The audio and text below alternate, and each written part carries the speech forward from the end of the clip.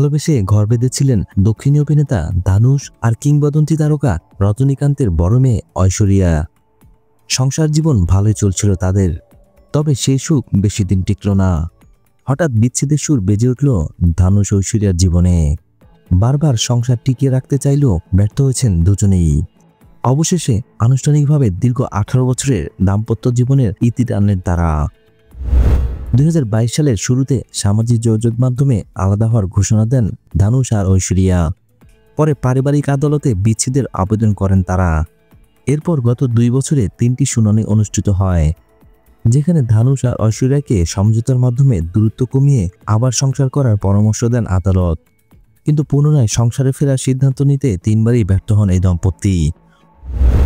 অবশেষে গত 27 নভেম্বর ধানুষ আর ঐশ্বরিয়ার বিচ্ছেদের আবেদন গ্রহণ করেন চেন্নাই পারিবারিক আদালত। গতকাল আদালতে উপস্থিত ছিলেন ধানুষ ঐশ্বরিয়া। পারিবারিক আদালতের বিচারক শোভা দেবী শেষবারের মতো তাদের সিদ্ধান্তের কথা জানতে চাইলে আলাদা হয়ে যাওয়ার ইচ্ছা প্রকাশ করেন দুজনেই। এরপর বিচ্ছেদের রায় দেন আদালত। 2004 সালের 18 নভেম্বর বিয়ে করেন ধানুষ আর ঐশ্বরিয়া। যাত্রা আর লিঙ্গা নামের 2 ছেলে রয়েছে এই দম্পতির। ঐশ্বরিয়ার পরিচালনায় 3 সিনেমায় অভিনয় করেছেন ধানুষ। এই সিনেমার কলাভেরি গানটি দারুণ জনপ্রিয়তা পেয়েছিল। ভিডিও ভালো লাগলে অবশ্যই লাইক দিয়ে যাবেন।